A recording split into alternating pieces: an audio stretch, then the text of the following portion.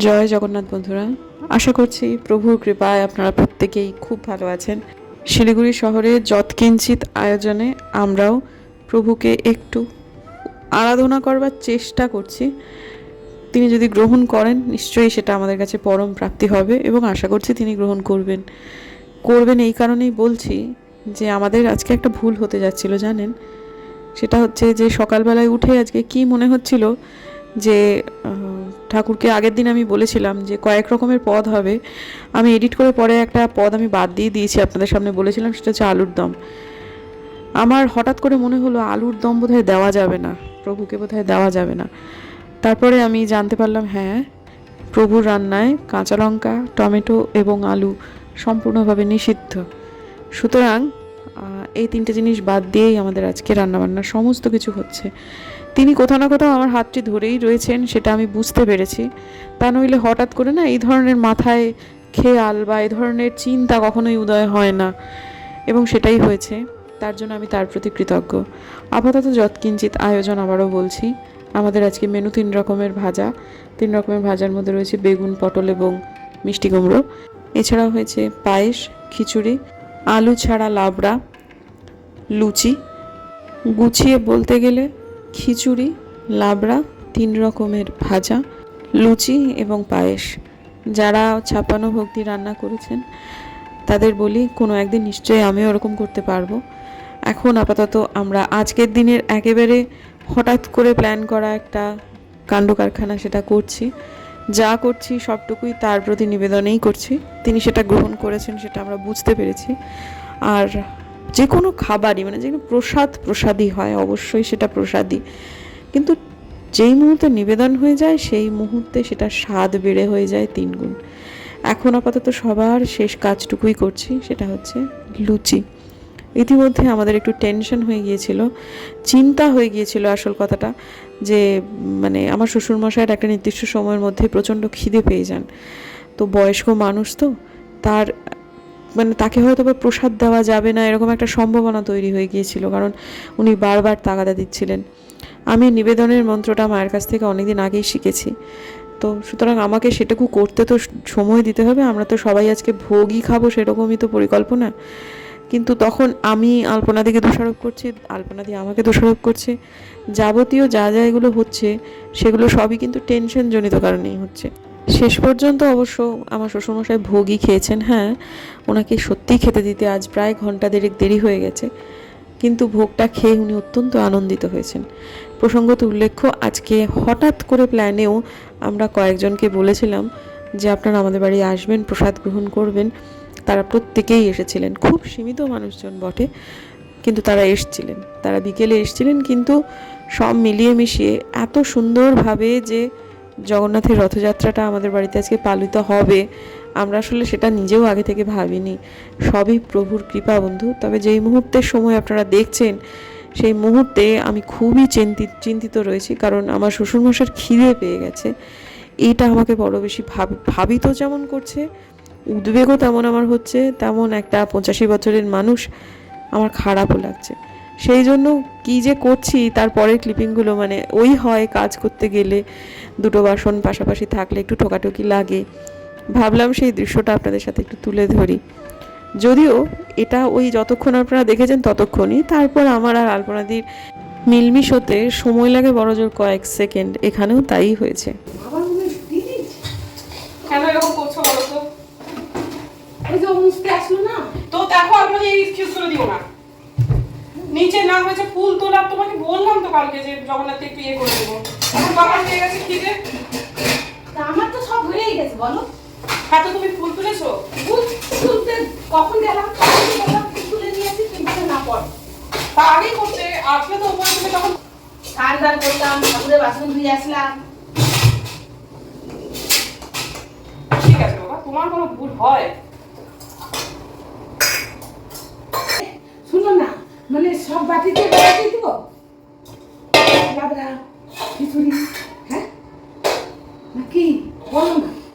বলতে গেলে অনেক সময় লাগবে, তোমাকে বলে দেবো এতদিনের অভিজ্ঞতার পর, তারপর তুমি করবে তো। হয়ে গেছে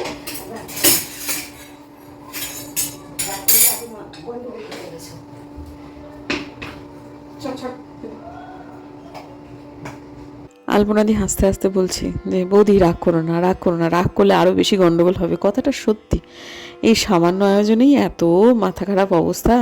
তাহলে যারা বলুন তো দেখি, অবশ্য আমাদের বাড়িতেও তো হয়, এত বড় বড় করে পুজো হয় যে অন্নপূর্ণা পুজো, সেটা তো নেহাত ছোট পুজো নয়, উপাচারের দিক থেকেও বড়, সব দিক থেকেই বড়।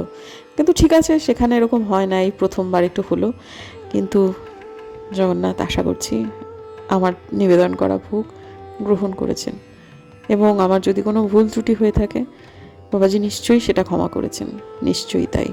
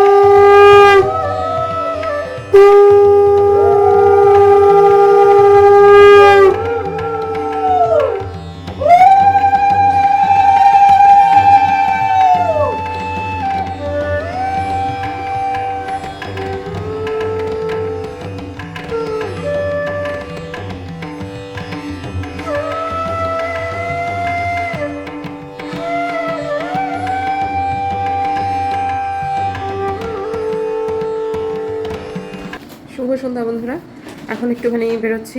আজকে আমার রথযাত্রার অনেকগুলো জায়গায় নেমন্তন্ন ছিল, কিন্তু আমি রক্ষা করতে যাচ্ছি একটি জায়গাতে, বা বিশেষ একটি উদ্দেশ্য নিয়ে। আমি মাঝে মাঝেই রূপো কিনতাম, 2025-এ তো পুরোটা রূপোই কিনেছি। তা সেটা আমি সবটুকু না হলেও কিছু কিছু কিনেছিলাম একজনের কাছ থেকে। একজন আমি খবর পেলাম, রৌপ্য কথা বলে আমাদের রবীন্দ্রনগরের মধ্যে একজন বিক্রি করেন। তো তিনি তার বাড়িতে বিক্রি করতেন, তার বাপের বাড়ির দিকে সোনা চাঁদির ব্যবসা ছিল, সে সেখান থেকে কাকা বাবার কাছ থেকে নিয়ে এসে বিক্রি করতো ঘরে। তো এখন আজকের দিনে সে একটা দোকান করেছে, তার বাড়িতেই আর কি, লোকেশনটা একই কিন্তু গ্যারেজে। তো সে যেতে বলেছে। তা আমি এমনিতে তো আজকে, আমি তো প্রথম কথা হচ্ছে জগন্নাথের কাছে যাওয়া মানেই আমার কাছে রূপো কেনার সমার্থক। তো আমার মনে হচ্ছিল যে আজকের দিনে কিছু একটা কিনবো হয়তো বা, তা ওই জন্যই যাচ্ছি, মূলত টুকুরের জন্যই আজকে কিনবো। আমি 2026 ঘরে রূপো কিনছি না, ফিজিক্যাল সিলভার কিনছি না, মানে রূপো কিনছে না বলা ভুল, ফিজিক্যাল সিলভার কিনছি না। এবার ইটিএফে ভদ্রলোক বলে দিয়েছেন ইটিএফ করতে। প্রত্যেক আমাদের একাদশীতে আমি কিন্তু সিলভার ইটিএফ কিনছি, মানে এক্সচেঞ্জ ট্রেডেড ফান্ড, যারা ব্যাপারগুলো বোঝেন তারা জানেন আর কি। তা আজকে আমি ভাবছি একটুখানি ফিজিক্যাল সিলভার কিনবো। আর এমনিতেও বিভিন্ন মন্দির যারা আর কি ইয়ে করে তারাও ডেকেছিল, কিন্তু আমার বাড়িতেও লোকজন এসেছিলেন, তাদের সব করে টোরে দিয়ে মানে একটু টায়ার্ডও হয়ে গিয়েছিলাম। সব মিলেমিশে একটু বিশ্রাম নিয়ে এখন বেরোচ্ছি, যাচ্ছি ওই রবীন্দ্রনগরের ওখানে। ওই রথখোলার কাজটাতে প্রচুর ভিড় হয়। আজকে ওইখানে রথখোলায় খুব বড় একটা রথযাত্রা আছে। আমরা মেলাটাতে ঢুকবো না, আমরা শুধুমাত্র রৌপ্যকথায় যাব, দেখব দোকানটা কেমন হয়েছে, সেটা একটুখানি সরজমিনে দেখব। আর নিমন্ত্রণ রক্ষাও হবে, একটু টুকটাক কিছু কেনা যদি সম্ভব হয় তাহলে সেটাও হবে। আর এই যে আমার মেয়ে সেজে গুজে রেডি, সে কেমন লাগছে তাকে, যেই আসলাম সাথে আমার আর্টিফিশিয়াল একখানা হাসি দিল চোখ মুখ কুচকে। হ্যাঁ, এমনি নর্মাল থাকতে দেখতে ভালো লাগে। তো চল বেরোই। এই যে সে সেজে গুজে তৈরি, আর আমি যথারীতি চিরনবীন চিরপুরাতন, কানে দুল পড়াবো না দূর। দেখ এবার সবই হলো, কিন্তু আমাদের বাড়ির সামনে একটি রথও যায়নি, আমরা একটি রথের দড়িও টানতে পারিনি। তাতে বিশেষ গ্লানি নেই, কারণ পুজোটা যেটা করেছি সেটা খুব মন দিয়ে খুব ভালোভাবেই করেছি। তো যাই হোক, চলে এলাম রৌপ্যকথাতে। এরা সত্যি ভালো জিনিস রাখে, এটা আমার খুব পছন্দ হয়েছিল। আমি ওর কাছে বলে এসেছিলাম একটা এরকম গ্লাস চুর বা খাড়ু যাই বলুন না কেন, সেটা একটা ওর কাছে বলেছিলাম। কিন্তু এটা ও বলছিল যে দিদি তোমার জন্যই এনেছি, কিন্তু টুপুরের হাতেটা মস্ত বড় হচ্ছিল। এনেছে সম্ভবত 26 বা 28 সাইজে, টুপুরের সাইজটা অনেকটাই ছোট। তো কিছুই কিনবো না সেটা তো যাই হোক হয় না, তারপরে শেষটায় টুপুরকে এই একটা আংটি কিনে দিলাম। এইটুকুই কেনাকাটি থাকলো আজকে। আমি অন্য দিন যাব ওর কাছে, কারণ আজকে না মারাত্মক ভিড় ওর কাছে। অবশ্য বলে এলাম একটা খাড়ুর কথা, তবে সাইজটাও বলে এসেছি, হয়তো বা পরে কিছুদিন পর আমাকে দিয়ে দেবে ও। আমার এরকম একটা রূপোর খাড়ুর খুবই ইচ্ছে, তবে সেটা টুপুরের জন্যই। আর তেমন যদি হয় নিজের জন্যও নিতে পারি, কিন্তু আপাতত টুপুরের কথাই বেশি করে ভাবছি। তো তারপর আজকে যাতায়াতের রাস্তাগুলো একটুখানি বিজি, তো মানে ওই রথযাত্রার জন্য বিভিন্ন রাস্তায় পুলিশ টুলিশ সব দাঁড়িয়ে রয়েছে। তা যার ফলে ভেবেছিলাম যে হয়তো যানবাহনে একটু সমস্যা হবে, কিন্তু সেটা হলো না। একদম যাওয়ার সময়ও বাড়ির সামনে থেকেই টোটো পেলাম, আর ওখান থেকে বেরিয়েই আবার একটা টোটো পেলাম যে একদম বাড়ি অবধি পৌঁছে দিল। এই যে এখন বাজে 10:30, আমি এখনই শোবো। কালকে কাজকর্ম সেরে একটু রাত হয়ে গেছিলো, তারপর বোধিসত্ত্ববাবু আবার খেলা দেখবেন, সেই জন্য আর কি তার যাতে তার ঘুম না আসে সেই জন্য তিনি খুবই ব্যগ্র ছিলেন যে কোনোভাবেই যেন আমি ঘুমিয়ে না পড়ি। যদিও তিনি কালকে সারাদিন কাজ করেছে, প্রবল ঘুমটা চোখে ছিল, তা তাকে সঙ্গত দিতে গিয়ে আমারও একটুখানি শুতে অনেকটা দেরি হয়েছে। তারপর আজকে সকাল থেকে উঠে তো চলছেই। তা আমি কালকে আপনাদের আগের দিনের ব্লগটাতে আমি বলছিলাম যে আমি ভিডিওটা এডিট করে রাখি, কিন্তু তার পরপরই দেখলাম ফোনে 12% চার্জ, সুতরাং এডিটিংটা হতো না। তো তৎক্ষণাৎ আমি রান্নাঘরে গিয়ে খানিকটা ক্লিপিং তুললাম, তারপর ফোনটাকে চার্জে দিলাম, কাজকর্ম সারলাম, সারার পর তারপর ওই 26 না 27% হওয়ার পর তারপর ফোনটা নিয়ে ভিডিওটা এন্ড করলাম। কালকে আমি ভিডিওটাকে এডিট করে রাখতে পারিনি। আজকে যখন আমাদের পুজো আচ্চা শেষ হলো, তারপর কিছু মানুষজন এসেছিলেন, সেসবগুলো করে টোরে আমি আর ভিডিওটা এডিট করবার সময় পেলাম না আজকে। ঠিক আছে, মহাপ্রভুর দিন, আজকে মন প্রাণ ভরে তাকে ডেকেছি, অন্য প্রায় অনেক কিছুই ভুলে, সেটা একদিক থেকে ভালোই হয়েছে। কিন্তু ঠিক আছে, আমার এখন মোটামুটি 3টে দিনের ব্লগ জমে গেল। কালকে ব্লগ করব না, পুরোনো ব্লগগুলোই সমস্ত এডিট করবো। আমি আজকেও কোনো এডিটিং নিয়ে যাচ্ছি না, রান্নাঘর টান্নাঘর সমস্ত গুছিয়ে এলাম, সব মশলার কৌটোগুলোকে কাটা হয়েছিল, মানে প্যাকেটগুলোকে, গুঁড়ো মশলা গোটা মশলা সেগুলো সমস্ত জায়গায় জায়গায় ভরে অনেক কাজ ছিল রান্নাঘরে। তারপর সব কিছু ক্লিন টিন করে রেখে এখন আমি পোশাক টোশাক ছেড়ে শুতেই এলাম, অন্যান্য সব মোবাইলগুলোকে দূরে রেখে দিয়েছি। আজকে আমার এখন এই মুহূর্তে ঘুম ছাড়া আর কোনো কাজ নেই। কালকে ভোরবেলা উঠতে হবে আবার, কারণ বোধিসত্ত্ববাবুর কালকে কলেজ আছে।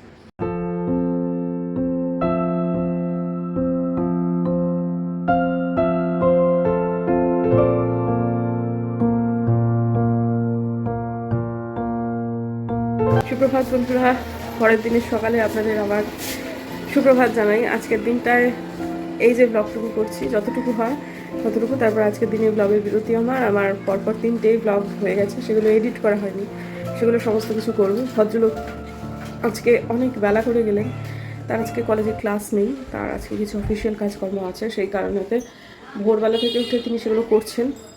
উঠেছেন সেই 4টে সাড়ে 4টের সময়, তখন থেকে এক নাগাড়েই কাজ করছেন, করে টোরে তারপর সব কাজ গুটিয়ে নিয়ে এখন তিনি গেলেন হচ্ছে কলেজে। আজকে দেখুন জগন্নাথ দেবের রথযাত্রা কাল গেছে, কালকে একটি মাত্র ফুটেছিল নয়নতারা না অপরাজিতা, আর আজকে ফুটেছে 3টে, 1টা 2টো এই 3টে, দেখেও ভালো লাগছে। হয়তো ভয়েসওভারে বলেছি, কিন্তু একটা জিনিস উপলব্ধি হচ্ছে যে কোনো দিন যেটা অনুষ্ঠান হবে, মানে অনুষ্ঠান মানে একটু গতানুগতিকতার বাইরের দিন হবে, আমার প্রচুর কাজ থাকবে, সেই দিনগুলোতে আমাকে কাউকে একটা মানে ব্লগের জন্য বলতে হবে। টুকুরের ব্যাপারটা হচ্ছে, টুকুরের ব্যাপারে একেবারেই আগ্রহী নয়, মানে ব্লগ করে দেওয়ার ব্যাপারে ওকে বলতে হবে, বললে করে দেবে, কিন্তু আমার কোনো দিন বলার কথাটাও মনে থাকছে না। হ্যাঁ, আর এমনিতে যে ও আমাকে দেখে একটুখানি উপলব্ধি করবে তা না, ওর একটা আলাদা জগৎ তৈরি হয়ে গেছে, সেটা নিয়ে ও, তো এটাতে কাউকে দোষ দেওয়ার কিছু নেই, এটা খুব স্বাভাবিকভাবেই হয়তো হয়েছে। কিন্তু আমার কাউকে একটা ওই প্রফেশনাল কাউকে হায়ার করতে হবে, যে কিছু না হোক তোমার আমার ফোনটুকু, মানে আমার ক্যামেরাটুকু অন্তত তুমি আমাকে একটু ধরে দিও। কালকের দিনে যদি আমি একটু ব্লগের দিকে মাথা দিতে পারতাম, তাহলে আমার এদিকটা পিছিয়ে যেত। নির্দিষ্ট সময়ের মধ্যে সবটুকু করতে হবে, কোথায় ক্যামেরা সেট করব, কোথায় কী করব, এগুলো যদি করতে যেতাম তাহলে আমি সঠিক সময় জগন্নাথদেবকে ভোগ দিতে পারতাম না, এবং আমার কাজ পিছিয়ে যেত। এরপর থেকে একটু মাথায় রাখতে হবে আগে ভাগে থেকে, যে একটুখানি কাউকে যেন জোগাড় করে রাখতে পারি। ঠিক আছে, এরকম মানে বললেই তারা করে দেবে। হ্যাঁ, বিনিময়ে যখন যদি অর্থ দেবো, ডেফিনেটলি ফ্রিতে কেউ করবে না, তো সেটা তারা করবে নাই বা কেন, তাই না? যার ফলে এটা একটু ভাবতে হবে পরের দিন থেকে, নাহলে মানে জগন্নাথদেব রথযাত্রার ব্লগ, সেটা একটা গোটা দিন কাটানোর পর পরের দিন ধরে টানতে হচ্ছে, এটা ঠিক হবার কথা নয় আর কি। আজকে থেকে যে বৃষ্টিটা চলছে, এবং সেটা যেটা হচ্ছে দিনের বেলায়, এই বৃষ্টিটা খুবই ভ্যালুয়েবল। এই বৃষ্টিটাতে আসলে মানে ওই আর কি, জল সংরক্ষণের জন্য এই বৃষ্টিগুলো খুব জরুরি। আর বৃষ্টি যেই শেষ হবে সাথে সাথে সেটাকে তুলে আনতে হবে। আপনাদের সাথে কথা বলতে বলতে বৃষ্টি তো খানিকটা কমেও গেল। আমাদের নিচে কিন্তু বাসন পাতা রয়েছে। এইরকম ঝেঁপে বৃষ্টি হলে একদিনেই 5 লিটার হয়ে যায়। আগের বারে বৃষ্টিতে একটু ঝামেলাও হয়েছিল, তাছাড়া আমাদের একটু মানে দিতেও গন্ডগোল হয়ে গিয়েছিল। অনেকটা জল আসলে পাখিরা সব খেলছিল, সেটা আমরা বুঝতে পারিনি, সেই জলটা ফেলে দিতে হয়েছিল। যার ফলে আগেরবার আমরা 5 লিটার কালেক্ট করতে পারিনি। এটা ওই শ্রাবণের ধরুন দুটো মানে জবরদস্ত বৃষ্টিতে এরকম করে একটু কনসাস থেকে পাতে দিলেই 5 লিটার হয়ে যায়। এটা কিন্তু আজকের ডেটে, আপনারা দেখবেন ভিডিওটা পরে অবশ্যই, কিন্তু আজকে কিন্তু 1 শ্রাবণ নয়, আজকে 32শে আষাঢ়। কিন্তু আমরা যেহেতু শ্রাবণের জলও তার মধ্যে কিছুটা মেশাবো, বাবারে এইগুলো দেখতে দেখতে বরং কথা বলি, দেখতে ভালোও লাগছে। যেহেতু আমরা শ্রাবণের জল কিছুটা মেশাবো, তাই শুধু শ্রাবণের উপর ভরসা না করে আজকে আষাঢ়ের শেষ দিন থেকেই আমি কিন্তু জল সংগ্রহ করা শুরু করে দিলাম, এবং আমার শাশুড়ি মাকে কিন্তু আমি সেই রকমই দেখেছি ছাদে কিছু একটা করছে আলপনা দিয়ে। তবে একটু দেখতে হবে, যখন জলটা হয়ে যাবে, বৃষ্টিটা মোটামুটি সমাপন হয়ে যাবে, তখন তৎক্ষণাৎ গিয়ে তুলে আনতে হবে। একটু কনসিয়াস থাকতে হবে, 3-4 দিন ঝেপে বৃষ্টিতে দিনের বেলায় কনসিয়াস থাকলেই 5 লিটার হয়ে যায়, কিন্তু সেইটাই আমরা থাকতে পারি না। খারাপ কাজেতে এনার্জি অনেক বেশি থাকে, ভালো কাজেতে থাকে না। ঠিক আছে, কি আর করার। চলুন, দেখা হচ্ছে কালকে একটা নতুন ব্লগে। যদি আমার ভিডিও ভালো লাগে সাবস্ক্রাইব করবেন, পাশে নোটিফিকেশন বেলটা অন করবেন, যাতে ভিডিও দিলেই নোটিফিকেশন চলে যায় আপনাদের সবার কাছে। দেখা হচ্ছে আগামীকাল, ততক্ষণের জন্য টাটা। ঝমঝমে বৃষ্টিতে খুব ভালো লাগছে।